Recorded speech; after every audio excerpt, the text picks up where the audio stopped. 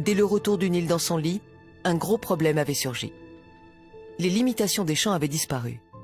Il fallait alors retracer les limites des champs de chaque paysan et commencer à semer au plus vite. Et il fallait les retracer correctement pour éviter les disputes. Ainsi, les Égyptiens commencèrent à tracer des lignes droites, des rectangles, des carrés, des diagonales, des cercles et des triangles avec des fils et des bâtons. Tout était noté sur des papyrus. Ce fut le début de la géométrie. Ils comprirent un fonctionnement fondamental de la nature. Tout est fractionné ou assemblé en petites unités égales. Cette constatation va leur servir tout au long de leur découverte. Il leur fallait aussi une unité de mesure pour bien délimiter les parcelles.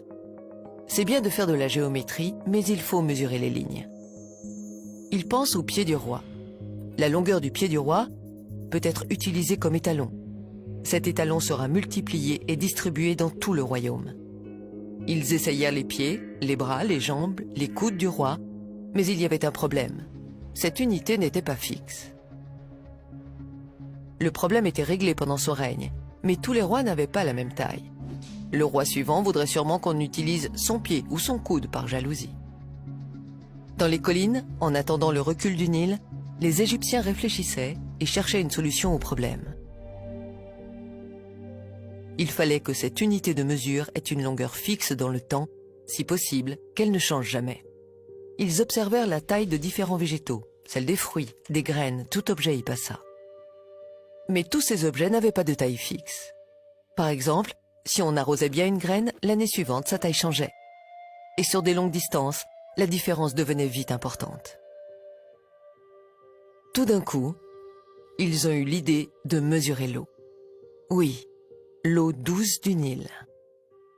Ils mesurèrent une goutte et ensuite une autre. Elles avaient toutes la même taille. Du bas Nil jusqu'au haut Nil, les gouttes avaient la même taille. Ils remarquèrent que la taille de la goutte d'eau ne changeait pas année après année. C'est génial. Les Égyptiens ont trouvé l'unité unique. Le diamètre de la goutte d'eau sur une surface imperméable, comme du granit ou de l'alabastre, est constant. Il mesure 1 centimètre.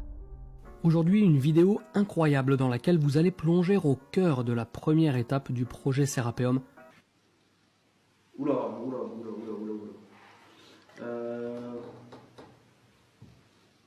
Donc ça c'est l'arête N sur le schéma. Est-ce que les Égyptiens connaissaient le mètre ou pas? J'en sais rien. En plus t'as vérifié la mesure, hein, tu l'as mesuré 2 fois. Je double toutes les mesures à chaque fois. Ok. Donc là, on est 1 sur mètre. 1,000 mètre. 1 mètre pile mesuré au laser 2 fois de suite. Ils vont nommer cette petite unité doigt royal. 10 gouttes d'eau, soit 10 doigts royaux, égale une main royale. 100 gouttes d'eau, donc 100 doigts royaux, ou 10 mains royales, égale une jambe royale. Des siècles plus tard, on sortira ces découvertes des coffres secrets et on les renommera différemment. Le doigt royal sera appelé le centimètre, la main royale le décimètre et la jambe royale le mètre.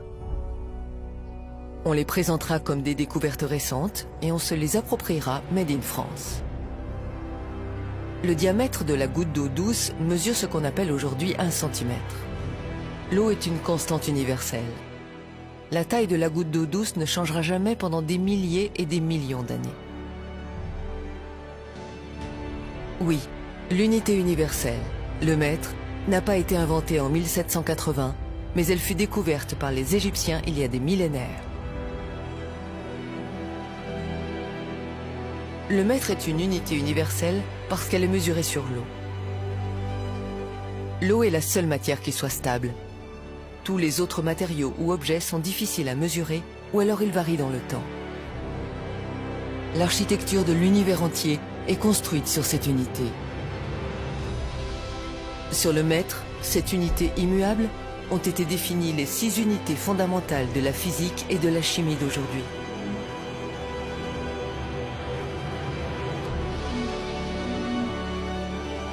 L'ampère, le Celsius, la mole, la candela, la seconde et le kilogramme.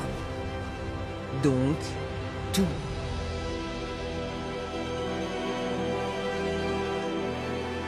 Maintenant que les Égyptiens ont découvert le mètre, ils peuvent tracer les parcelles sans problème. Avec le mètre, ils vont tout mesurer et tout noter.